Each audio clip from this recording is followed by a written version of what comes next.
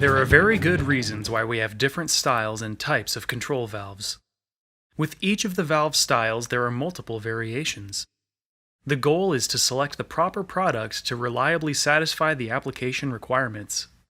In order to select that product, we need to have an easily understood method for doing this that can be easily applied and get consistent results. Just because I have a flow coefficient doesn't mean I'm going to successfully select the best control valve. So what other considerations need to be taken into account? Life cycle considerations such as initial capital expense versus installed equipment life expectancy should be taken into account. If you have an installation that's expected to last for the duration of your process, you should consider spending more money to get the set it and forget it type of control valve. However, if it's a short-term installation that's only going to be around for a couple of months, you may consider a more economical option. Maintenance schedule.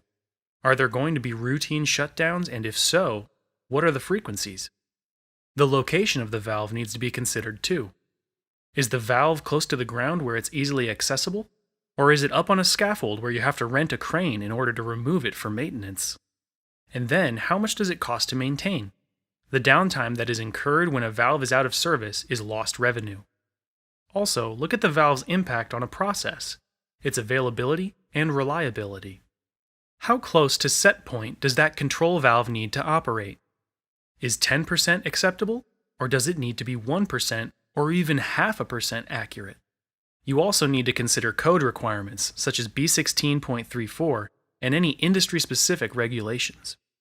There are material requirements such as NACE or ISO for corrosion resistance, and then there also may be specific application site and project requirements that also need to be taken into consideration.